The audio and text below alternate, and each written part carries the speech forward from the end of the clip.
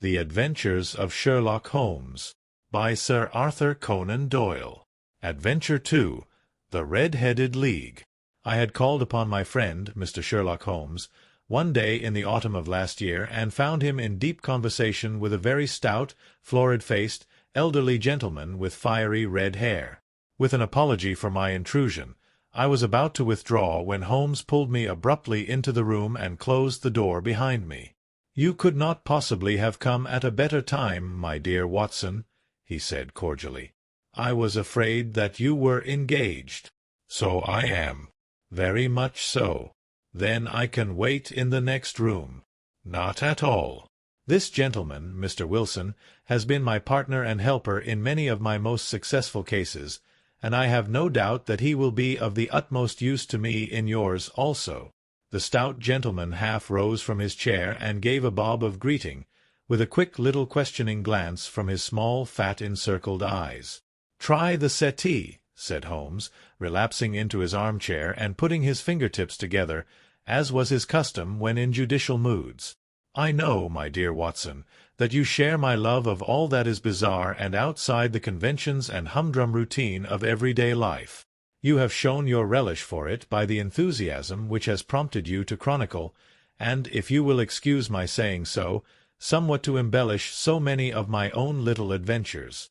Your cases have indeed been of the greatest interest to me," I observed. "You will remember that I remarked the other day, just before we went into the very simple problem presented by Miss Mary Sutherland, that for strange effects and extraordinary combinations we must go to life itself, which is always far more daring than any effort of the imagination, a proposition which I took the liberty of doubting. You did, Doctor, but none the less you must come round to my view, for otherwise I shall keep on piling fact upon fact on you until your reason breaks down under them and acknowledges me to be right. Now, Mr. Jabez Wilson here has been good enough to call upon me this morning, and to begin a narrative which promises to be one of the most singular which I have listened to for some time. You have heard me remark that the strangest and most unique things are very often connected not with the larger but with the smaller crimes, and occasionally, indeed, where there is room for doubt whether any positive crime has been committed. As far as I have heard, it is impossible for me to say whether the present case is an instance of crime or not, but the course of events is certainly among the most singular that I have ever listened to. Perhaps, Mr. Wilson, you would have the great kindness to recommence your narrative. I ask you not merely because my friend Dr. Watson has not heard the opening part, but also because the peculiar nature of the story makes me anxious to have every possible detail from your lips. As a rule, when I have heard some slight indication of the course of events, I am able to guide myself by the thousands of other similar cases which occur to my memory. In the present instance I am forced to admit that the facts are, to the best of my belief, unique. The portly client puffed out his chest with an appearance of some little pride and pulled a dirty and wrinkled newspaper from the inside pocket of his greatcoat. As he glanced down the advertisement column, with his head thrust forward and the paper flattened out upon his knee, I took a good look at the man and endeavored, after the fashion of my companion, to read the indications which might be presented by his dress or appearance. I did not gain very much, however, by my inspection. Our visitor bore every mark of being an average commonplace British tradesman, obese, pompous, and slow. He wore rather baggy grey shepherd's check trousers, a not over-clean black frock-coat, unbuttoned in the front, and a drab waistcoat with a heavy brassy Albert chain, and a square pierced bit of metal dangling down as an ornament. A frayed top hat and a faded brown overcoat with a wrinkled velvet collar lay upon a chair beside him. Altogether, look as I would, there was nothing remarkable about the man save his blazing red head, and the expression of extreme chagrin and discontent upon his features. Sherlock Holmes' quick eye took in my occupation, and he shook his head with a smile as he noticed my questioning glances. Beyond the obvious facts that he has at some time done manual labor, that he takes snuff, that he is a Freemason, that he has been in China, and that he has done a considerable amount of writing lately, I can deduce nothing else. Mr. Jabez Wilson started up in his chair, with his forefinger upon the paper, but his eyes upon my companion. "How, in the name of good fortune, did you know all that, Mr. Holmes?" he asked. How did you know, for example, that I did manual labor? It's as true as gospel, for I began as a ship's carpenter. Your hands, my dear sir. Your right hand is quite a size larger than your left. You have worked with it, and the muscles are more developed. Well, the snuff, then, and the Freemasonry? I won't insult your intelligence by telling you how I read that, especially as, rather against the strict rules of your order, you use an arc and compass breastpin. Ah, of course, I forgot that. But the writing! What else can be indicated by that right cuff so very shiny for 5 inches, and the left one with the smooth patch near the elbow where you rest it upon the desk? Well, but China? The fish that you have tattooed immediately above your right wrist could only have been done in China. I have made a small study of tattoo marks and have even contributed to the literature of the subject. That trick of staining the fish's scales of a delicate pink is quite peculiar to China. When, in addition, I see a Chinese coin hanging from your watch chain, the matter becomes even more simple. Mr. Jabez Wilson laughed heavily. "Well, I never," said he. "I thought at first that you had done something clever, but I see that there was nothing in it, after all." "I begin to think, Watson," said Holmes, "that I make a mistake in explaining. Omni ignotum pro magnifico, you know, and my poor little reputation, such as it is, will suffer shipwreck if I am so candid. Can you not find the advertisement, Mr. Wilson?" "Yes, I have got it now," he answered with his thick red finger planted halfway down the column. "Here it is. This is what began it all. You just read it for yourself, sir." I took the paper from him and read as follows: "To the Red-Headed League, on account of the bequest of the late Ezekiah Hopkins, of Lebanon, Pennsylvania, U.S.A. There is now another vacancy open which entitles a member of the League to a salary of £4 a week for purely nominal services. All red-headed men who are sound in body and mind and above the age of 21 years are eligible. Apply in person on Monday, at 11 o'clock, to Duncan Ross, at the offices of the League, 7 Pope's Court, Fleet Street." "What on earth does this mean?" I ejaculated after I had twice read over the extraordinary announcement. Holmes chuckled and wriggled in his chair, as was his habit when in high spirits. "It is a little off the beaten track, isn't it?" said he. "And now, Mr. Wilson, off you go at scratch and tell us all about yourself, your household, and the effect which this advertisement had upon your fortunes. You will first make a note, Doctor, of the paper and the date. It is the Morning Chronicle of April 27th, 1890. Just 2 months ago. Very good. Now, Mr. Wilson." "Well, it is just as I have been telling you, Mr. Sherlock Holmes," said Jabez Wilson, mopping his forehead. "I have a small pawnbroker's business at Coburg Square, near the city. It's not a very large affair, and of late years it has not done more than just give me a living. I used to be able to keep 2 assistants, but now I only keep 1, and I would have a job to pay him but that he is willing to come for half wages so as to learn the business." "What is the name of this obliging youth?" asked Sherlock Holmes. "His name is Vincent Spaulding, and he's not such a youth, either. It's hard to say his age. I should not wish a smarter assistant, Mr. Holmes, and I know very well that he could better himself and earn twice what I am able to give him. But, after all, if he is satisfied, why should I put ideas in his head?" "Why, indeed? You seem most fortunate in having an employee who comes under the full market price.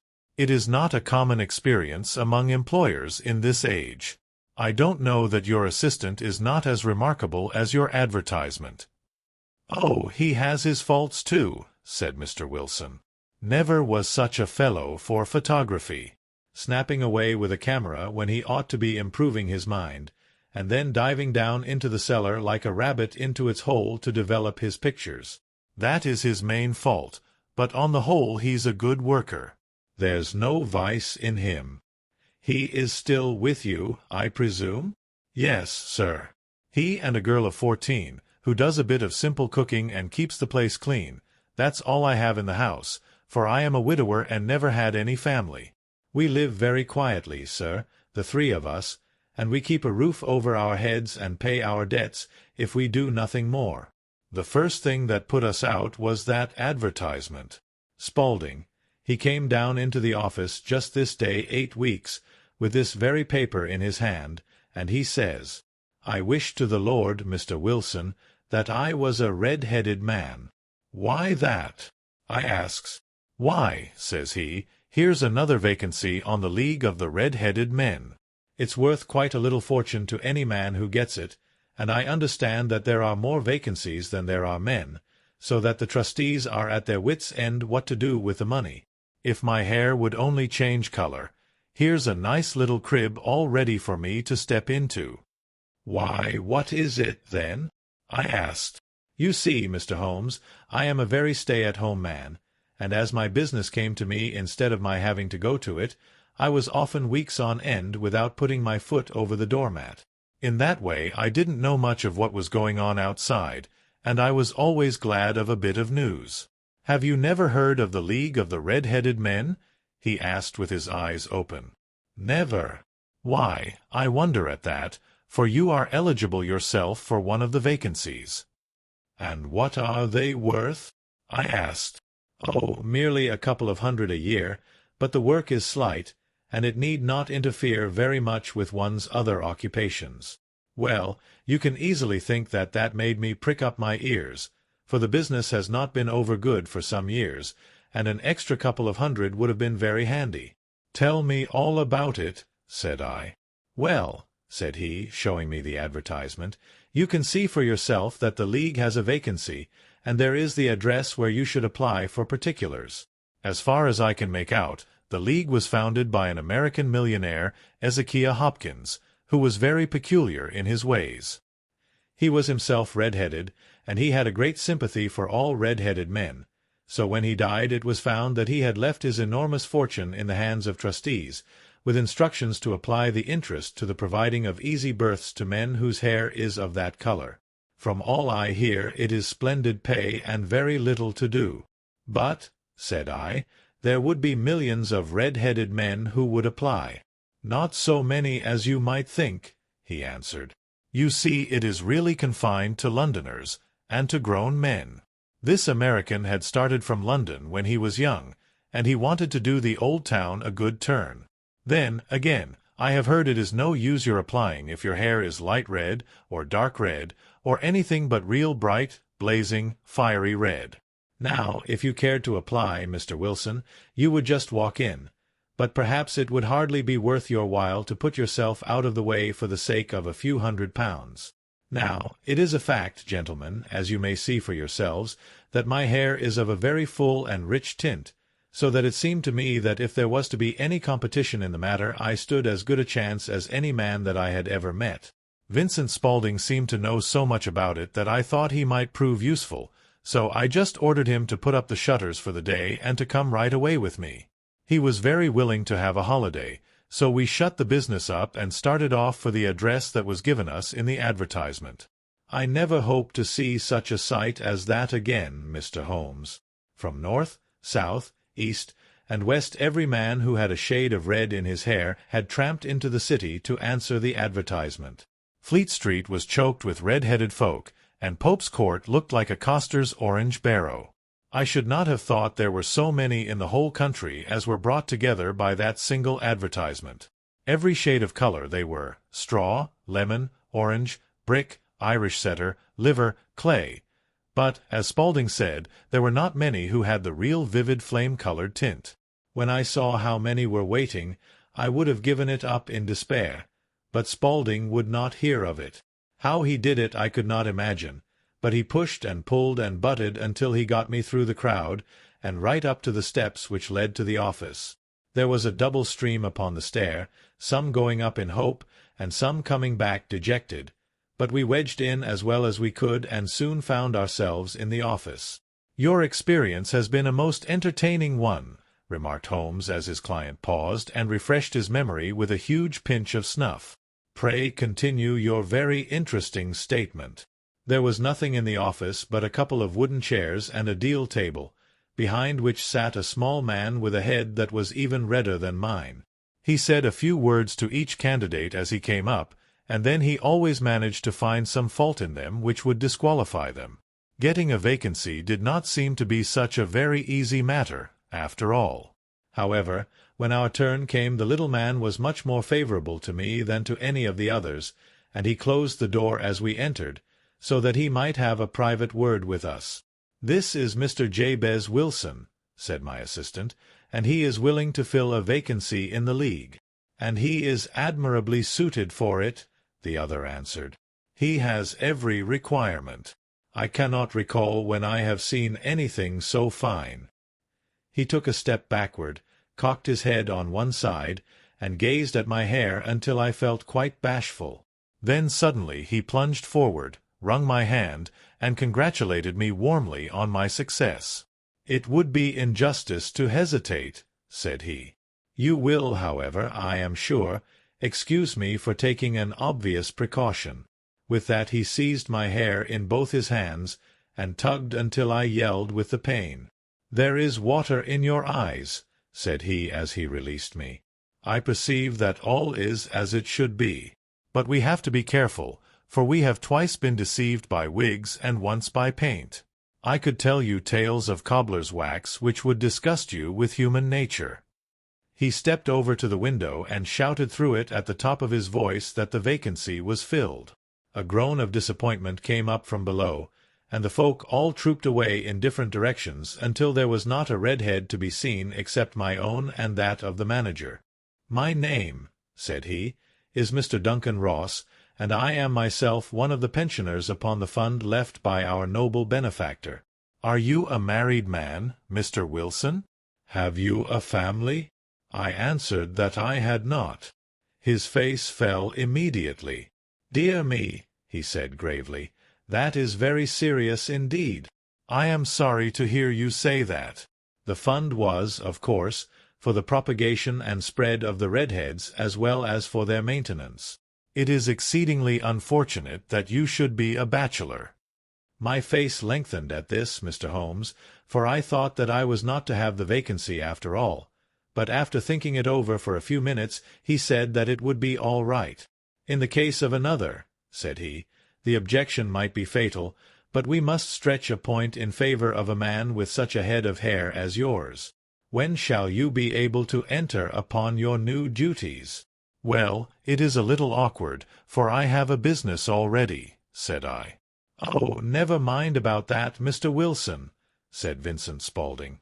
"I should be able to look after that for you." "What would be the hours?" I asked. 10 to 2. Now a pawnbroker's business is mostly done of an evening, Mr. Holmes, especially Thursday and Friday evening, which is just before pay-day. So it would suit me very well to earn a little in the mornings. Besides, I knew that my assistant was a good man, and that he would see to anything that turned up. "That would suit me very well," said I. "And the pay?"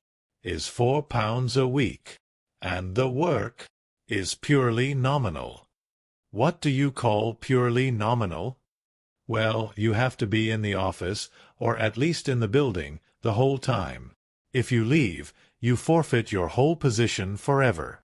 The will is very clear upon that point. You don't comply with the conditions if you budge from the office during that time."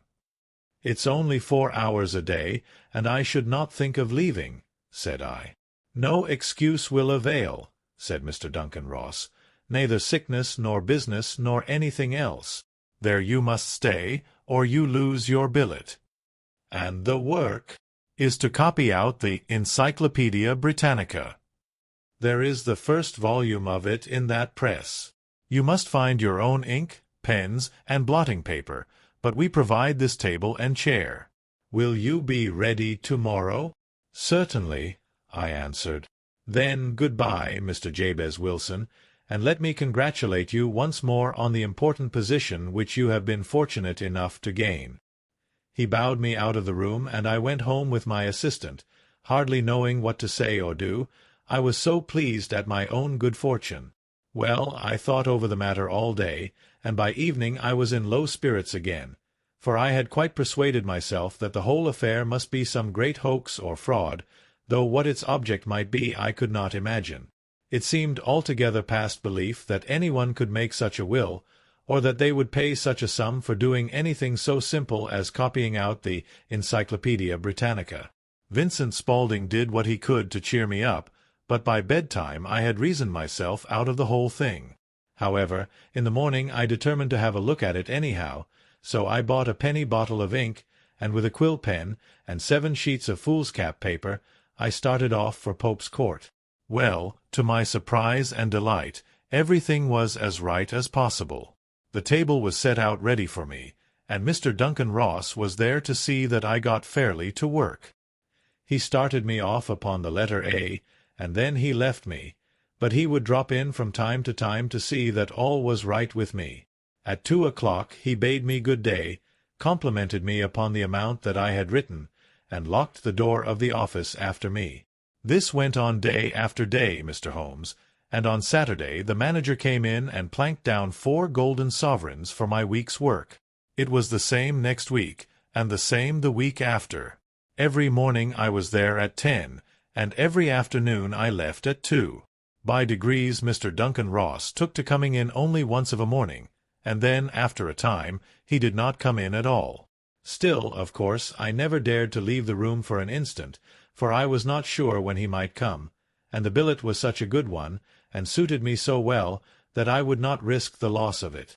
8 weeks passed away like this, and I had written about abbots and archery and armour and architecture and Attica, and hoped with diligence that I might get on to the bees before very long. It cost me something in foolscap, and I had pretty nearly filled a shelf with my writings. And then suddenly the whole business came to an end. To an end? Yes, sir. And no later than this morning. I went to my work as usual at 10 o'clock, but the door was shut and locked, with a little square of cardboard hammered on to the middle of the panel with a tack. Here it is, and you can read for yourself. Man approaching a door. He held up a piece of white cardboard about the size of a sheet of notepaper. It read in this fashion: The Red-Headed League. S. Dissolved. October 9th, 1890. Sherlock Holmes and I surveyed this curt announcement and the rueful face behind it, until the comical side of the affair so completely overtopped every other consideration that we both burst out into a roar of laughter. "I cannot see that there is anything very funny," cried our client, flushing up to the roots of his flaming head. "If you can do nothing better than laugh at me, I can go elsewhere." "No, no," cried Holmes, shoving him back into the chair from which he had half risen. "I really wouldn't miss your case for the world. It is most refreshingly unusual. But there is, if you will excuse my saying so, something just a little funny about it. Pray, what steps did you take when you found the card upon the door?" "I was staggered, sir.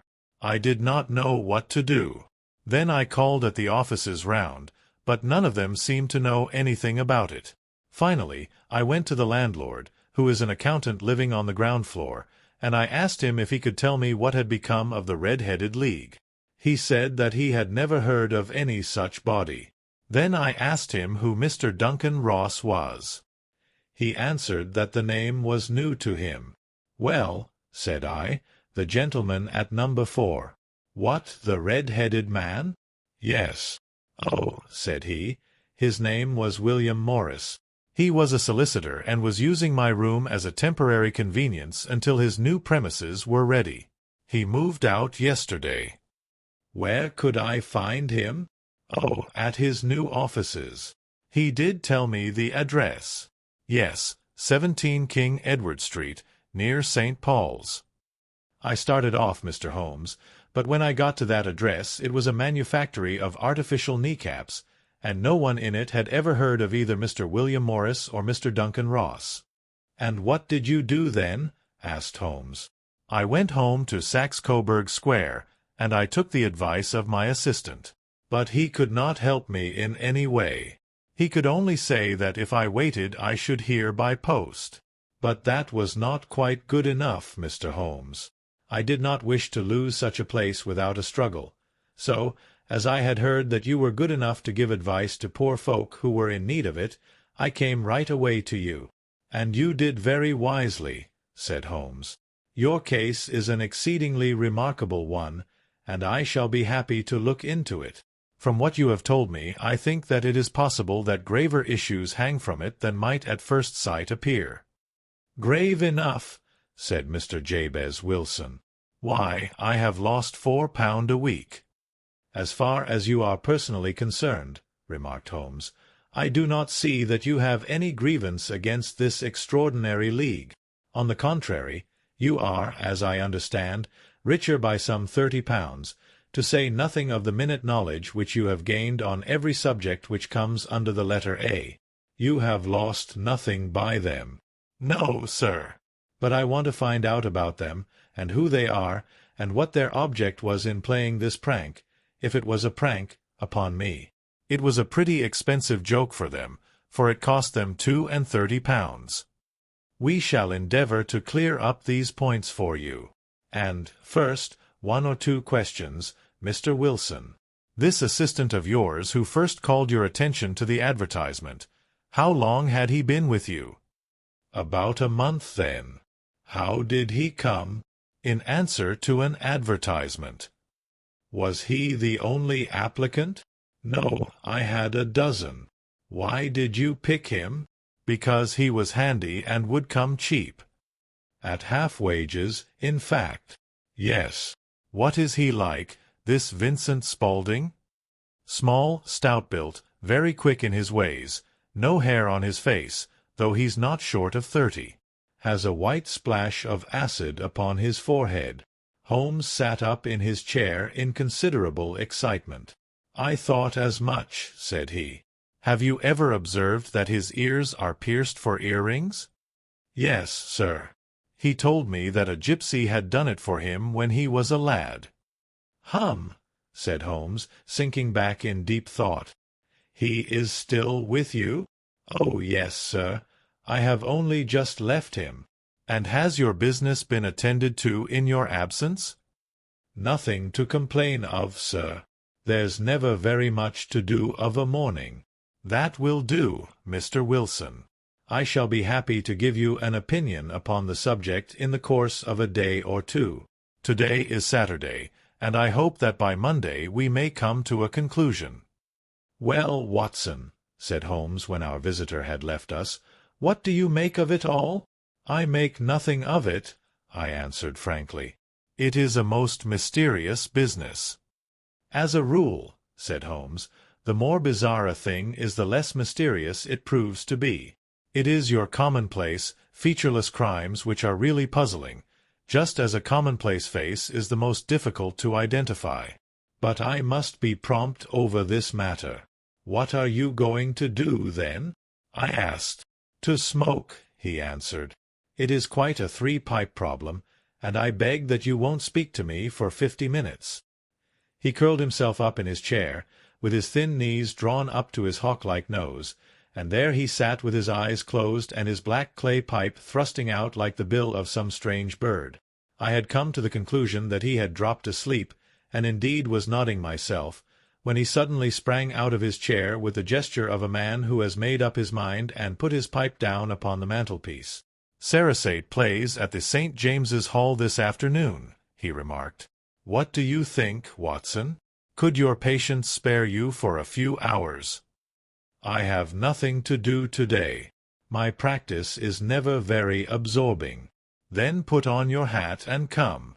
I am going through the city first, and we can have some lunch on the way. I observe that there is a good deal of German music on the program, which is rather more to my taste than Italian or French. It is introspective, and I want to introspect. Come along." We travelled by the Underground as far as Aldersgate, and a short walk took us to Saxe-Coburg Square, the scene of the singular story which we had listened to in the morning. It was a poky, little, shabby-genteel place, where 4 lines of dingy 2-storied brick houses looked out into a small railed-in enclosure, where a lawn of weedy grass and a few clumps of faded laurel bushes made a hard fight against a smoke-laden and uncongenial atmosphere. 3 gilt balls and a brown board with Jabez Wilson, in white letters, upon a corner-house, announced the place where our red-headed client carried on his business. Sherlock Holmes stopped in front of it with his head on one side and looked it all over, with his eyes shining brightly between puckered lids. Then he walked slowly up the street, and then down again to the corner, still looking keenly at the houses. Finally he returned to the pawnbroker's, and, having thumped vigorously upon the pavement with his stick 2 or 3 times, he went up to the door and knocked. It was instantly opened by a bright-looking, clean-shaven young fellow, who asked him to step in. "Thank you," said Holmes. "I only wished to ask you how you would go from here to the Strand." "3rd right, 4th left," answered the assistant promptly, closing the door. "Smart fellow, that," observed Holmes as we walked away. "He is, in my judgment, the 4th smartest man in London, and for daring I am not sure that he has not a claim to be 3rd. I have known something of him before." "Evidently," said I. "Mr. Wilson's assistant counts for a good deal in this mystery of the Red-Headed League. I am sure that you inquired your way merely in order that you might see him." "Not him." "What then?" "The knees of his trousers." "And what did you see?" "What I expected to see." "Why did you beat the pavement?" "My dear doctor, this is a time for observation, not for talk.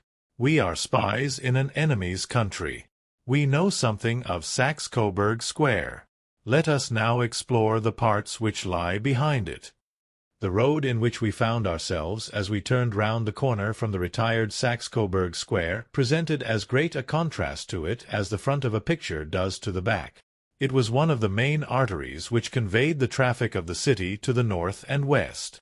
The roadway was blocked with the immense stream of commerce flowing in a double tide inward and outward, while the footpaths were black with the hurrying swarm of pedestrians.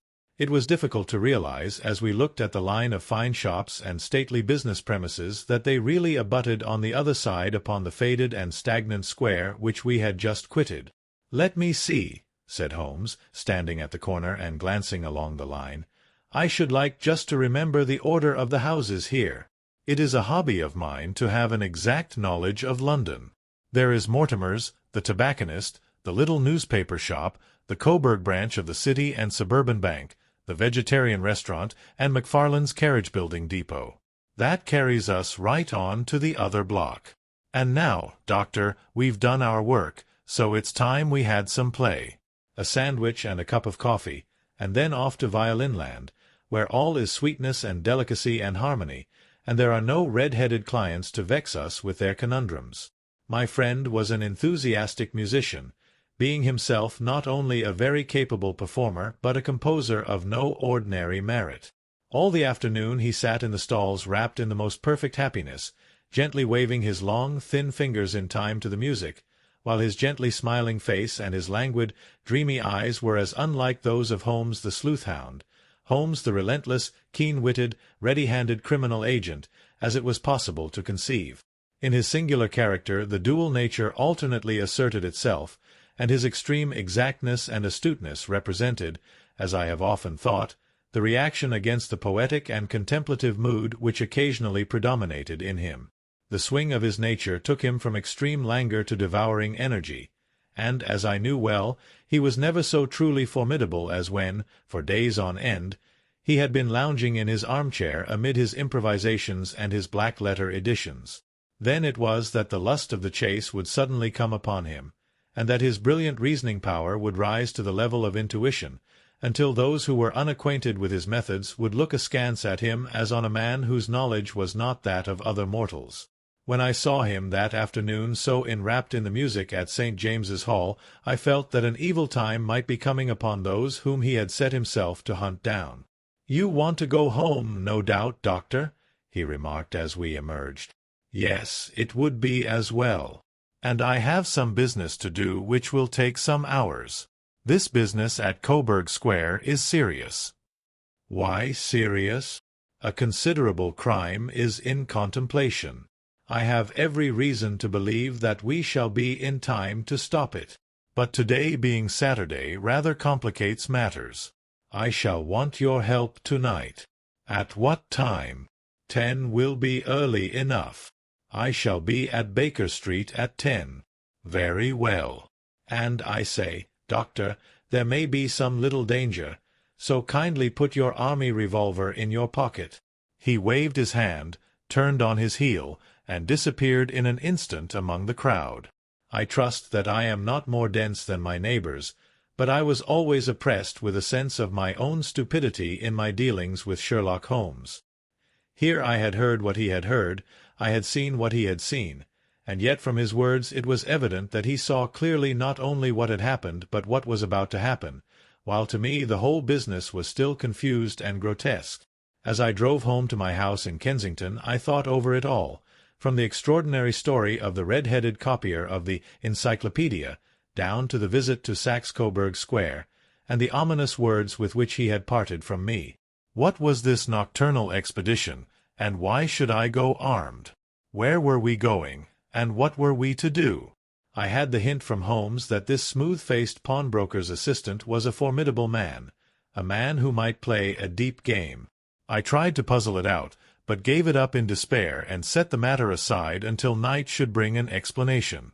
It was 9:15 when I started from home and made my way across the park, and so through Oxford Street to Baker Street. 2 hansoms were standing at the door, and as I entered the passage I heard the sound of voices from above. On entering his room I found Holmes in animated conversation with 2 men, one of whom I recognized as Peter Jones, the official police agent, while the other was a long, thin, sad-faced man, with a very shiny hat and oppressively respectable frock-coat. "Ah, our party is complete," said Holmes, buttoning up his pea-jacket and taking his heavy hunting crop from the rack. "Watson, I think you know Mr. Jones, of Scotland Yard? Let me introduce you to Mr. Merryweather, who is to be our companion in tonight's adventure. We're hunting in couples again, Doctor, you see," said Jones in his consequential way. "Our friend here is a wonderful man for starting a chase. All he wants is an old dog to help him to do the running down." "I hope a wild goose may not prove to be the end of our chase," observed Mr. Merryweather gloomily. "You may place considerable confidence in Mr. Holmes, sir," said the police agent loftily. "He has his own little methods, which are, if he won't mind my saying so, just a little too theoretical and fantastic, but he has the makings of a detective in him. It is not too much to say that once or twice, as in that business of the Sholto murder and the Agra treasure, he has been more nearly correct than the official force." "Oh, if you say so, Mr. Jones, it is all right," said the stranger with deference. "Still, I confess that I miss my rubber. It is the first Saturday night for 27 years that I have not had my rubber." "I think you will find," said Sherlock Holmes, "that you will play for a higher stake tonight than you have ever done yet, and that the play will be more exciting. For you, Mr. Merryweather, the stake will be some £30,000, and for you, Jones, it will be the man upon whom you wish to lay your hands. John Clay, the murderer, thief, smasher, and forger. He's a young man, Mr. Merryweather, but he is at the head of his profession, and I would rather have my bracelets on him than on any criminal in London. He's a remarkable man, is young John Clay. His grandfather was a royal duke, and he himself has been to Eton and Oxford. His brain is as cunning as his fingers, and though we meet signs of him at every turn, we never know where to find the man himself. He'll crack a crib in Scotland 1 week, and be raising money to build an orphanage in Cornwall the next. I've been on his track for years, and have never set eyes on him yet. I hope that I may have the pleasure of introducing you tonight. I've had 1 or 2 little turns also with Mr. John Clay, and I agree with you that he is at the head of his profession. It is past 10, however, and quite time that we started. If you 2 will take the first hansom, Watson and I will follow in the second." Sherlock Holmes was not very communicative during the long drive, and lay back in the cab humming the tunes which he had heard in the afternoon. We rattled through an endless labyrinth of gas-lit streets until we emerged into Farrington Street. "We are close there now," my friend remarked. "This fellow Merryweather is a bank director, and personally interested in the matter. I thought it as well to have Jones with us also. He is not a bad fellow, though an absolute imbecile in his profession. He has one positive virtue. He is as brave as a bulldog and as tenacious as a lobster if he gets his claws upon anyone. Here we are, and they are waiting for us. We had reached the same crowded thoroughfare in which we had found ourselves in the morning. Our cabs were dismissed, and, following the guidance of Mr. Merryweather, we passed down a narrow passage and through a side door, which he opened for us. Within there was a small corridor, which ended in a very massive iron gate. This also was opened, and led down a flight of winding stone steps, which terminated at another formidable gate. Mr. Merryweather stopped to light a lantern, and then conducted us down a dark, earth-smelling passage, and so, after opening a third door, into a huge vault or cellar, which was piled all round with crates and massive boxes. "You are not very vulnerable from above," Holmes remarked as he held up the lantern and gazed about him. "Nor from below," said Mr. Merryweather, striking his stick upon the flags which lined the floor. "Why, dear me, it sounds quite hollow," he remarked, looking up in surprise. "I must really ask you to be a little more quiet," said Holmes severely. "You have already imperiled the whole success of our expedition. Might I beg that you would have the goodness to sit down upon one of those boxes, and not to interfere?" The solemn Mr. Merryweather perched himself upon a crate, with a very injured expression upon his face, while Holmes fell upon his knees upon the floor and, with a lantern and a magnifying lens, began to examine minutely the cracks between the stones. A few seconds sufficed to satisfy him, for he sprang to his feet again and put his glass in his pocket. "We have at least an hour before us," he remarked, "for they can hardly take any steps until the good pawnbroker is safely in bed. Then they will not lose a minute, for the sooner they do their work the longer time they will have for their escape. We are at present, Doctor, as no doubt you have divined, in the cellar of the city branch of one of the principal London banks. Mr. Merryweather is the chairman of directors, and he will explain to you that there are reasons why the more daring criminals of London should take a considerable interest in this cellar at present. "It is our French gold," whispered the director. "We have had several warnings that an attempt might be made upon it." "Your French gold?" "Yes. We had occasion some months ago to strengthen our resources and borrowed for that purpose 30,000 Napoleons from the Bank of France. It has become known that we have never had occasion to unpack the money, and that it is still lying in our cellar.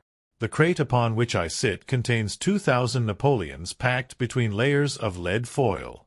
Our reserve of bullion is much larger at present than is usually kept in a single branch office, and the directors have had misgivings upon the subject." "Which were very well justified," observed Holmes. "And now it is time that we arranged our little plans. I expect that within an hour matters will come to a head. In the meantime, Mr. Merryweather, we must put the screen over that dark lantern." "And sit in the dark? I am afraid so." I had brought a pack of cards in my pocket, and I thought that, as we were a party carry, you might have your rubber after all. But I see that the enemy's preparations have gone so far that we cannot risk the presence of a light. And, first of all, we must choose our positions. These are daring men, and though we shall take them at a disadvantage, they may do us some harm unless we are careful. I shall stand behind this crate, and you conceal yourselves behind those. Then, when I flash a light upon them, close in swiftly. If they fire, Watson, have no compunction about shooting them down." I placed my revolver, cocked, upon the top of the wooden case behind which I crouched. Holmes shot the slide across the front of his lantern and left us in pitch darkness, such an absolute darkness as I have never before experienced. The smell of hot metal remained to assure us that the light was still there, ready to flash out at a moment's notice. To me, with my nerves worked up to a pitch of expectancy, there was something depressing and subduing in the sudden gloom, and in the cold, dank air of the vault. "They have but one retreat," whispered Holmes. "That is back through the house into Saxe-Coburg Square. I hope that you have done what I asked you, Jones. I have an inspector and 2 officers waiting at the front door." Then we have stopped all the holes, and now we must be silent and wait. What a time it seemed! From comparing notes afterwards, it was but an hour and a quarter, yet it appeared to me that the night must have almost gone and the dawn be breaking above us. My limbs were weary and stiff, for I feared to change my position, yet my nerves were worked up to the highest pitch of tension, and my hearing was so acute that I could not only hear the gentle breathing of my companions, but I could distinguish the deeper, heavier in-breath of the bulky Jones from the thin, sighing note of the bank director. From my position I could look over the case in the direction of the floor. Suddenly my eyes caught the glint of a light. At first it was but a lurid spark upon the stone pavement. Then it lengthened out until it became a yellow line, and then, without any warning or sound, a gash seemed to open and a hand appeared, a white, almost womanly hand, which felt about in the center of the little area of light. For a minute or more the hand, with its writhing fingers, protruded out of the floor. Then it was withdrawn as suddenly as it appeared, and all was dark again save the single lurid spark which marked a chink between the stones. Its disappearance, however, was but momentary. With a rending, tearing sound, one of the broad, white stones turned over upon its side and left a square, gaping hole, through which streamed the light of a lantern. Over the edge there peeped a clean-cut, boyish face, which looked keenly about it, and then, with a hand on either side of the aperture, drew itself shoulder-high and waist-high, until one knee rested upon the edge. In another instant he stood at the side of the hole and was hauling after him a companion, lithe and small like himself, with a pale face and a shock of very red hair. "It's all clear," he whispered. "Have you the chisel and the bags? Great Scott! Jump, Archie, jump, and I'll swing for it." Sherlock Holmes had sprung out and seized the intruder by the collar. The other dived down the hole, and I heard the sound of rending cloth as Jones clutched at his skirts. The light flashed upon the barrel of a revolver, but Holmes' hunting crop came down on the man's wrist, and the pistol clinked upon the stone floor. "It's no use, John Clay," said Holmes blandly. "You have no chance at all." "So I see," the other answered with the utmost coolness. "I fancy that my pal is all right, though I see you have got his coat-tails." "There are 3 men waiting for him at the door," said Holmes. "Oh, indeed. You seem to have done the thing very completely. I must compliment you." "And I you," Holmes answered. "Your red-headed idea was very new and effective." "You'll see your pal again presently," said Jones. "He's quicker at climbing down holes than I am. Just hold out while I fix the derbies." "I beg that you will not touch me with your filthy hands," remarked our prisoner as the handcuffs clattered upon his wrists. "You may not be aware that I have royal blood in my veins. Have the goodness, also, when you address me always to say 'sir' and 'please.'" "All right," said Jones with a stare and a snigger. "Well, would you please, sir, march upstairs, where we can get a cab to carry your highness to the police station?" "That is better," said John Clay serenely. He made a sweeping bow to the 3 of us and walked quietly off in the custody of the detective. "Really, Mr. Holmes," said Mr. Merryweather as we followed them from the cellar, "I do not know how the bank can thank you or repay you. There is no doubt that you have detected and defeated in the most complete manner one of the most determined attempts at bank robbery that have ever come within my experience. I have had 1 or 2 little scores of my own to settle with Mr. John Clay," said Holmes. "I have been at some small expense over this matter, which I shall expect the bank to refund, but beyond that I am amply repaid by having had an experience which is in many ways unique, and by hearing the very remarkable narrative of the Red-Headed League. You see, Watson," he explained in the early hours of the morning as we sat over a glass of whiskey and soda in Baker Street, "it was perfectly obvious from the first that the only possible object of this rather fantastic business of the advertisement of the League and the copying of the Encyclopedia must be to get this not over-bright pawnbroker out of the way for a number of hours every day. It was a curious way of managing it, but, really, it would be difficult to suggest a better. The method was no doubt suggested to Clay's ingenious mind by the color of his accomplice's hair. The £4 a week was a lure which must draw him, and what was it to them, who were playing for thousands? They put in the advertisement, "One rogue has the temporary office, the other rogue incites the man to apply for it," and together they managed to secure his absence every morning in the week. From the time that I heard of the assistant having come for half wages, it was obvious to me that he had some strong motive for securing the situation. But how could you guess what the motive was? Had there been women in the house, I should have suspected a mere vulgar intrigue. That, however, was out of the question. The man's business was a small one, and there was nothing in his house which could account for such elaborate preparations and such an expenditure as they were at. It must, then, be something out of the house. What could it be? I thought of the assistant's fondness for photography, and his trick of vanishing into the cellar. The cellar! There was the end of this tangled clue. Then I made inquiries as to this mysterious assistant, and found that I had to deal with one of the coolest and most daring criminals in London. He was doing something in the cellar, something which took many hours a day for months on end. What could it be, once more? I could think of nothing save that he was running a tunnel to some other building. So far I had got when we went to visit the scene of action. I surprised you by beating upon the pavement with my stick. I was ascertaining whether the cellar stretched out in front or behind. It was not in front. Then I rang the bell, and, as I hoped, the assistant answered it. We have had some skirmishes, but we had never set eyes upon each other before. I hardly looked at his face. His knees were what I wished to see.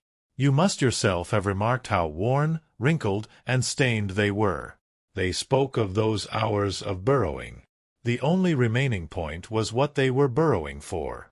I walked round the corner, saw the City and Suburban Bank abutted on our friend's premises, and felt that I had solved my problem.